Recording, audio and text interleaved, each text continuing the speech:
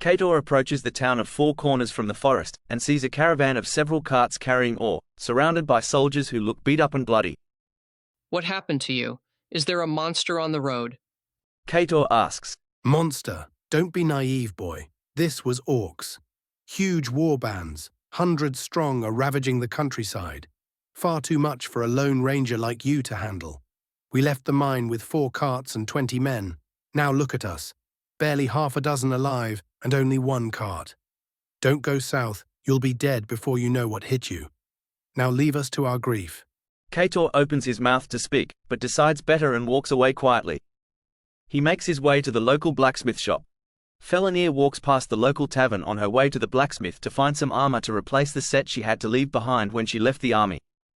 Suddenly a door opens and a drunken man is thrown out, catching her off guard and hitting her in the shoulder.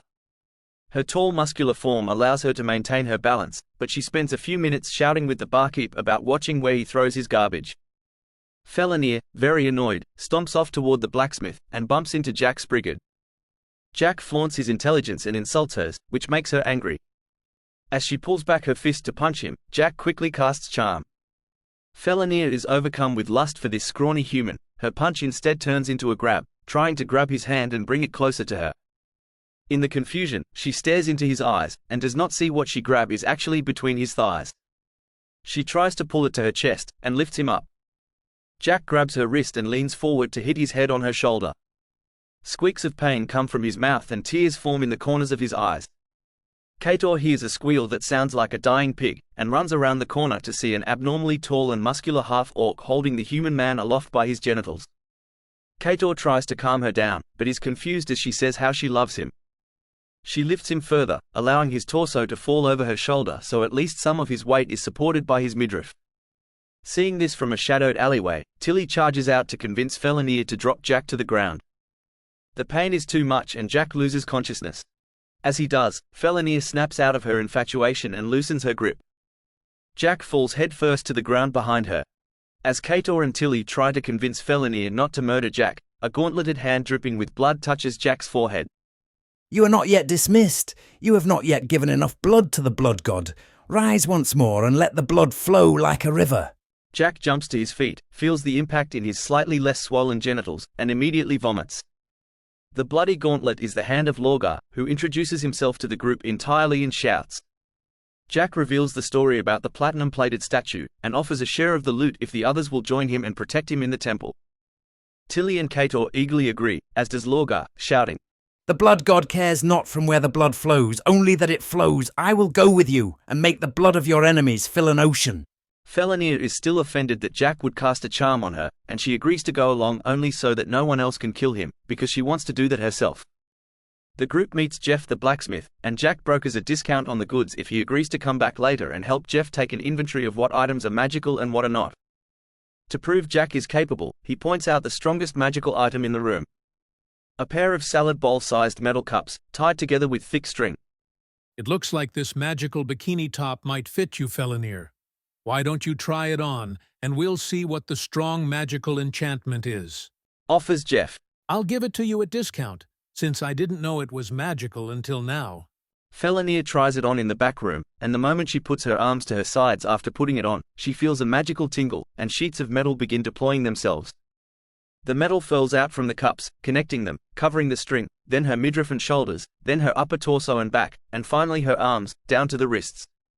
She flexes and the metal expands with her. She moves and it moves smoothly.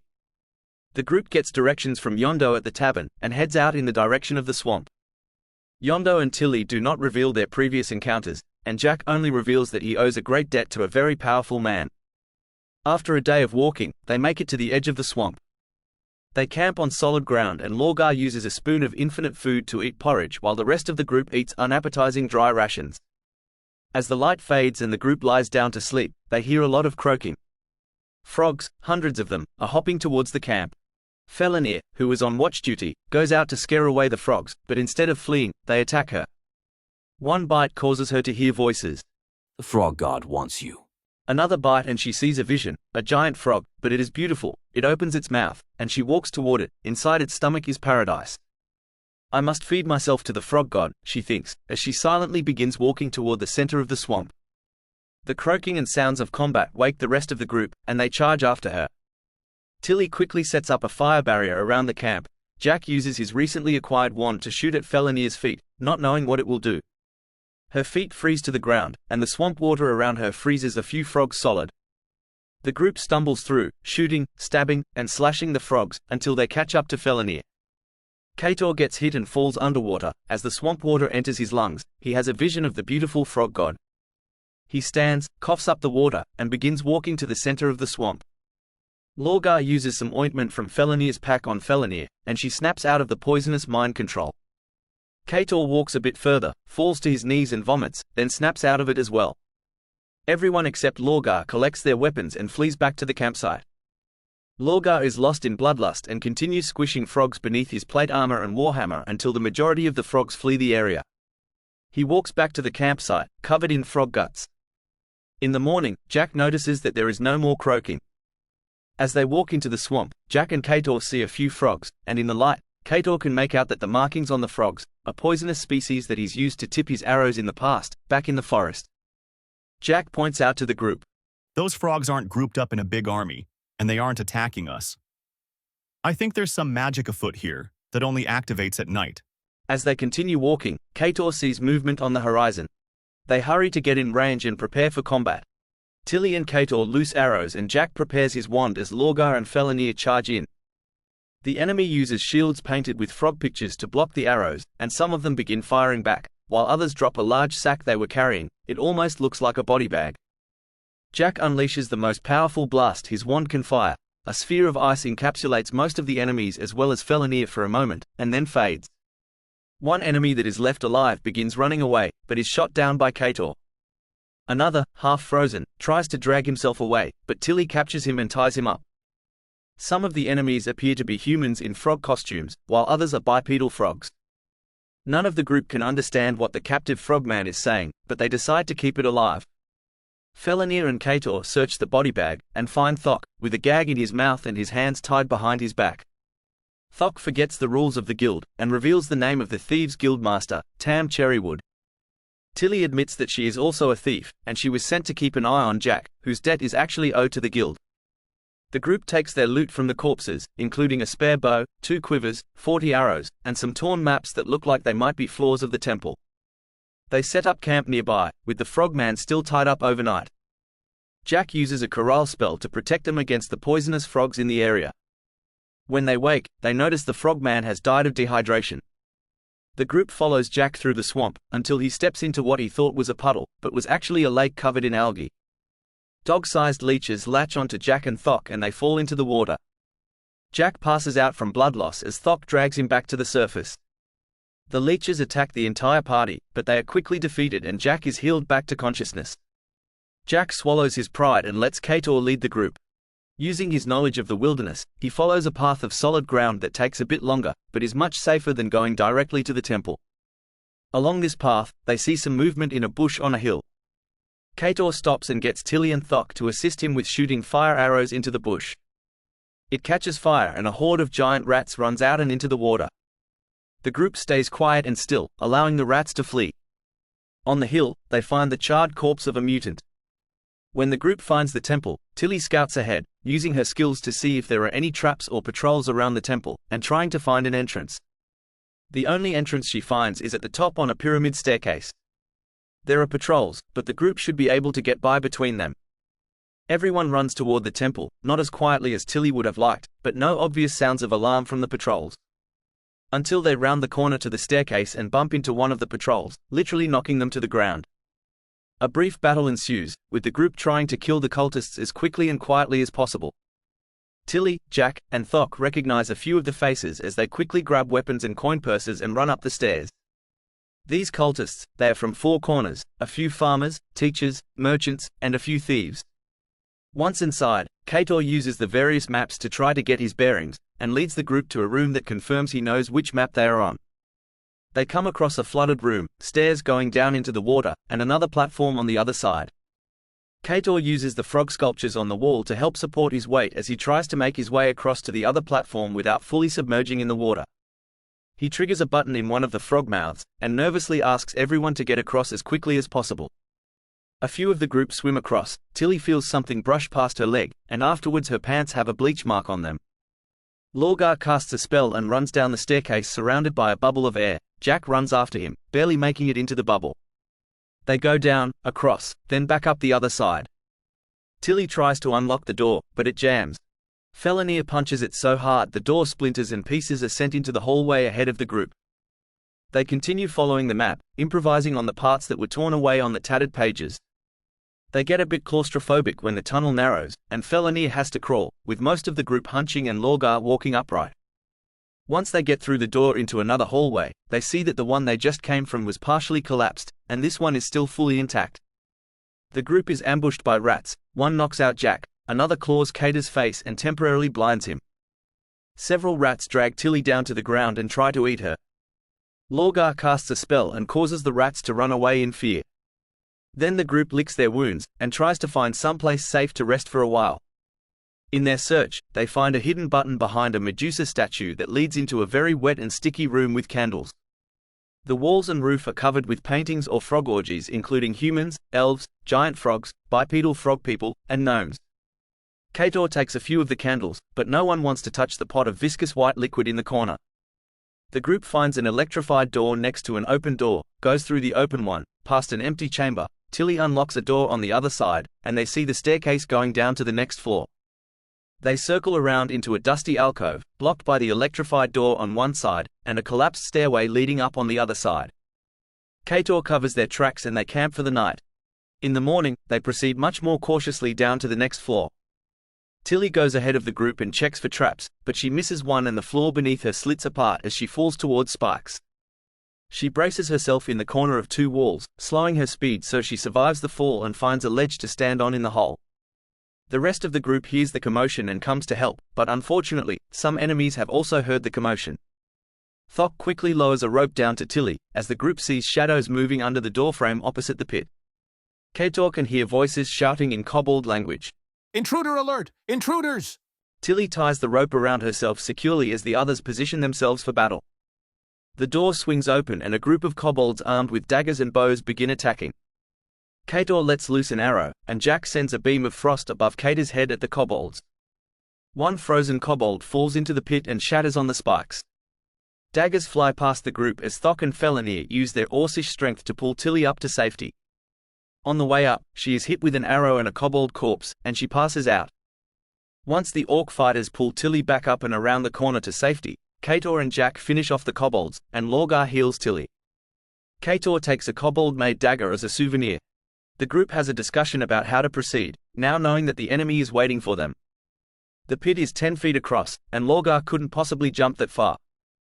Eventually, they decide to send Tilly over to tie the rope to something solid beyond the door. Luckily, there is a stone chair built into the floor of the room.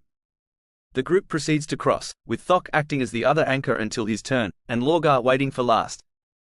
When the group comes to a crossroads, Kator presents the map and asks everyone if they want to go on the side path, or if they'd prefer to go for the next staircase. Jack doesn't wait for a decision and says he's going to check out the side path. Thok and Kator follow a few steps behind. Tilly, Felonier, and Lorgar wait several minutes before getting worried and going in after them. The side passage has strange glowing lights, crystals nested in the walls. Make a left, then a right, scratch the side of the wall, make another left, and another, then a right, turn back, the hallway has changed. Thok and Kator try to dislodge one of the crystals, hoping it will dispel the magic. Instead the crystal shatters and the lights have gone out, their torches go out too, and Jack's magic can't illuminate the hallway. The elves' night vision doesn't help them, this is not a natural darkness.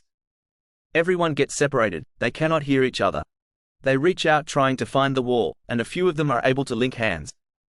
Jack uses a spell to psychically communicate, and they pass messages back and forth trying to link everyone together. Lorgar starts handing people rope, linking everyone together, then pulls them all back to the junction. The group asks Lorgar how he could see them. He says he closed his eyes and let the blood god guide his hands. Kator asks the name of the blood god, and Lorgar gets very offended. Only his servants know his name, and you are not worthy. If you'd like, I can kill you and you can meet him. The wood elf apologizes, and thanks Lorgar for the assistance through the darkness. The group proceeds to a snaking section of tunnel, part of which dips down and is filled with acid. There are flimsy wooden boards on metal poles in the wall above the acid, but no one is sure if they'll hold their weight. Felonier considers trying to punch and dig through the wall to the next section, based on the map. Tilly says, "That will take too long," and proceeds to make her way across the wooden boards to the other side. Jack tries to freeze the surface of the acid, but it melts too quickly. The rest of the group goes one by one, Felonier waiting until last, breaking several of the boards as she almost falls in. The next few intersections, the group chooses to ignore the side paths, assuming they are traps. Then, at the last junction before the stairs, they hear movement in the hallway ahead. They arrange themselves at the end of the hallway, ready their ranged weapons and prepare to strike as soon as the enemy rounds the corner. Cultists, most of which are human, run around the corner, headed straight into the line of fire. Thok, Tilly, and Kator shoot arrow after arrow. Jack uses more frost beams from the wand, Lorgar and Felonier charge in. Once battle is joined, Thok and Tilly drop their bows and run in to help, even in the narrow hallway. One of the cultists has a magical shield. Arrow after arrow bounces off or splinters on impact. Thok's sword is stopped mid-air, and Jack's frost shots have no effect. The group continue to fell the regular cultists and continue trying to take down this spellcaster, but to no avail. Once he is alone, he turns and runs. The group lets him go back down the staircase, and tries to plan for how to get past his shield if they meet him again. The group see what might be an arsenal or storage room on the map, and decide to make a detour before proceeding to the next level. Tilly successfully disarms the trap on the door and they find barrels of rotten food and sections of caved-in tunnel. At least the door closes. Kator marks their progress on the map and explains to the group that he doesn't have a map for the next floor, and he doesn't know how many floors this temple is. The group reassures him that they'll keep going cautiously, and they'll make it out alive. The next morning, they discover the staircase is broken. There is a 50-foot gap before the stairs continue on the other side. They toss a lit torch down and see it is only 60 feet. Thinking quickly, Jack cuts off 10 feet of rope from one length of 50, and ties it to another 50-foot rope. They secure the longer section with several piton, and have people standing by in case it comes loose. Tilly climbs down first. Once she is safely down, the rest follow one by one. This floor is different. It is not built corridors, it is dirt caverns, and there are bodies among the rubble. Jack tries to loot one of the decaying bodies, but it moves and tries to bite him. Suddenly the group is under attack by a small group of zombies. The group kills 3 and Lorgar uses a spell to convince the 4th to run away. Kator feels the thrill of the hunt and shoots the fleeing zombie twice more before he regains his senses and allows it to leave going north. The group heads south, hoping to follow one wall and not get lost. Tilly notices movement in the tunnel ahead, and voices. The group prepares for battle, but the voices don't sound like cultists, they sound afraid. Kator announces their presence, and says if the others come out of hiding, no one needs to get hurt. Suddenly a fireball shoots out from behind some barrels and hits nearly the entire group. A brief battle ensues, but the strangers give up before the fighting gets too intense. Bin was the sorcerer that cast the fireball. Wolfgar is a hot blonde human fighter. Ellen is a blind elderly human cleric. Lorthirian is a redhead elf cleric that Kator stumbles trying to flirt with. Hunting bears and frogs did not prepare him to deal with social interactions. Felonier sees that Ellen is blind, and grabs some magic lotion from her bag. While tensions are still high, she walks right past everyone else and smears the stuff all over Ellen's eyes and face. For a moment, it looks like fighting might break out again, but then Ellen opens her eyes, and they are no longer glazed over. She starts to cry and quietly says, "I can see. Thank you, I can never repay you for this gift." Bin explains that their group was sent by Yondo in search of gold, and they had many more people when they arrived. Now they were running on empty and just hoping to leave alive as soon as possible. He points to a corpse on the ground a few feet away. That was our bard. The patrol an hour ago got him, and nearly the rest of us. Before everyone can relax, there is movement from behind, another patrol of cultists or kobolds. Kator convinces the group to join in the fight, and they ready their stances. Thok, Felonier, Lorgar, and Tilly move out front to keep the enemy away from the injured people. Jack, Kator, and Bin prepare to attack from range, and Wolfgar positions herself in front of Ellen and Lorthirian. Once the patrol arrives, the line is torn asunder. The kobolds are too small and fast, the melee fighters cannot keep them at bay. Bin goes down fast, kobolds and rats together tearing out his throat. Thok and Felonier get hit many times, but each bite is answered by a powerful sword swing. Lorgar swings and misses, the little enemies proving too fast for him. Jack's spells miss repeatedly, but he doesn't dare use the stronger versions that might hurt his allies. Ellen and Lorthirian both get knocked down by an onslaught of teeth, claws and daggers.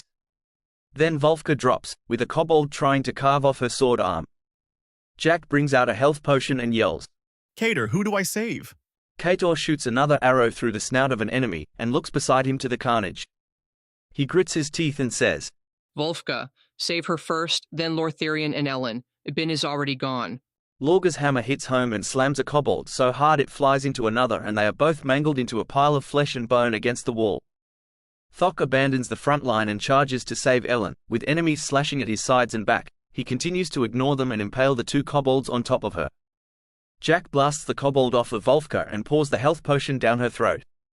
Felinir carves up the rest of the back line of enemies, and Kator downs the one on Thok's back just as one stabs Kator in the side.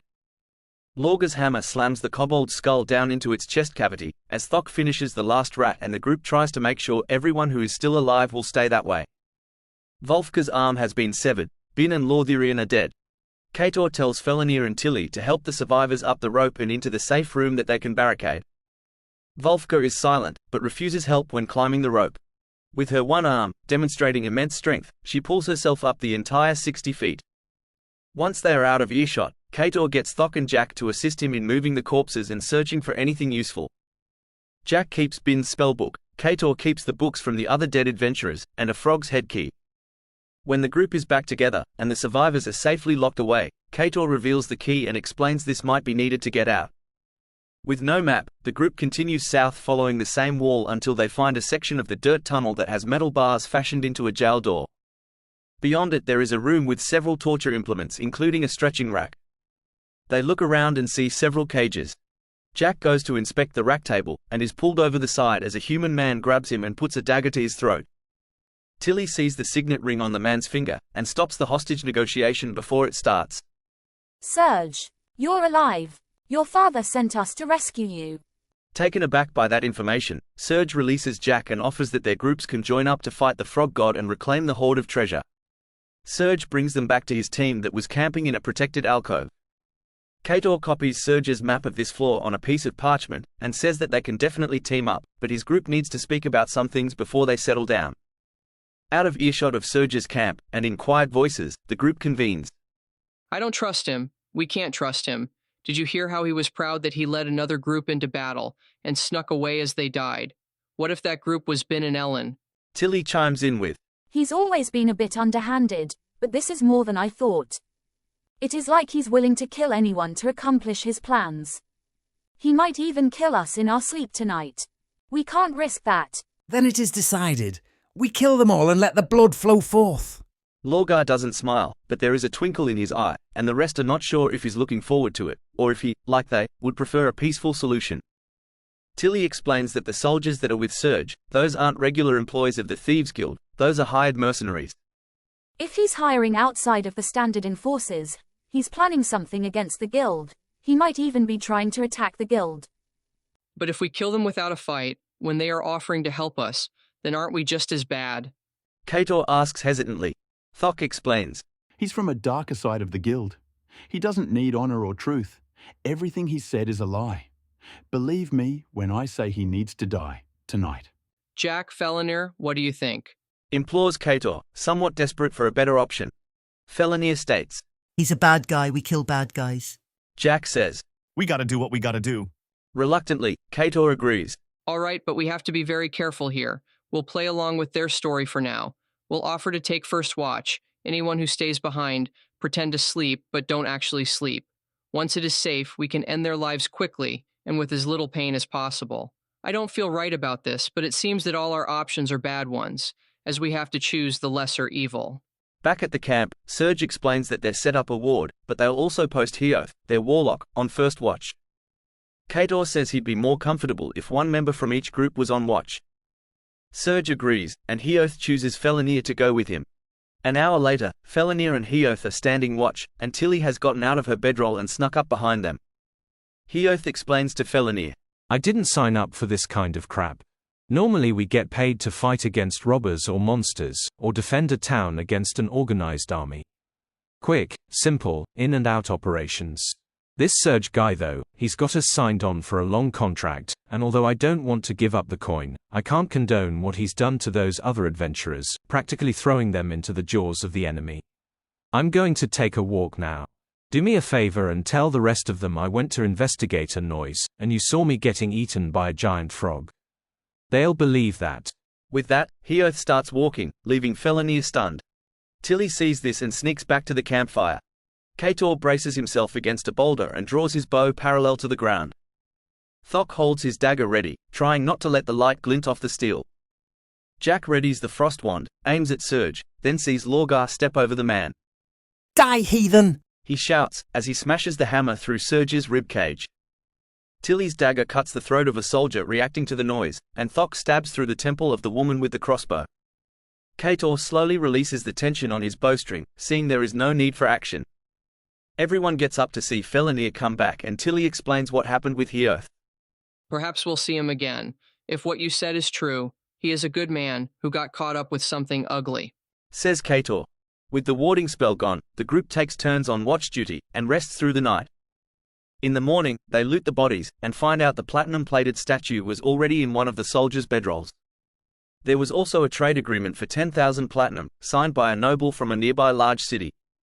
Tilly remarks, "If they weren't here for the statue, or this, and they weren't trying to rescue anyone, there must be one hell of a hoard of treasure under that giant frog god." Kator agrees. Yes, but we're in no shape to fight something that both Bin's and Surge's groups couldn't handle. I suggest we find a way out and avoid the horde. Plus, we don't know if the map I copied from him was a trap. Maybe the room marked horde is full of death traps. They sneak past one nest of rats and fight another, Kator nearly losing his bow after being forced into melee too quickly. Jack uses Tenser's floating disc to help the survivors back down, and Kator uses the frog key on the door to escape the temple. When they exit, they don't even see the temple. They've gone further sideways than they thought. They are near an old trade route. Since they don't know where they are, and none are eager to return to the swamp, they walk along the road back to town. Back in Four Corners, Volfka and Ellen go off to the temple. If they can't reattach Volfka's arm, at least they can ease her pain. Tilly, Thok, and Jack go to see the Thieves Guild leader, Tam Cherrywood. Thok brought Surge's head in a bag, Tilly brought the signet ring, and Jack brought the statue, as promised. Tam agrees to clear Jack's debt in exchange for the statue. When Tilly confronts him about the signed trade agreement, he says it is a forgery that he did himself, but he is happy to have it returned, and in exchange, he'll cover the group's re-outfitting expenses, on the condition that Jack leave town and never return. Meanwhile, Kator and Felonir confront Yondo, accusing him of sending innocent adventurers to their deaths. He slips his way out of their accusations, saying he only told people where the temple was and what treasure it contained. He never ordered anyone to go there.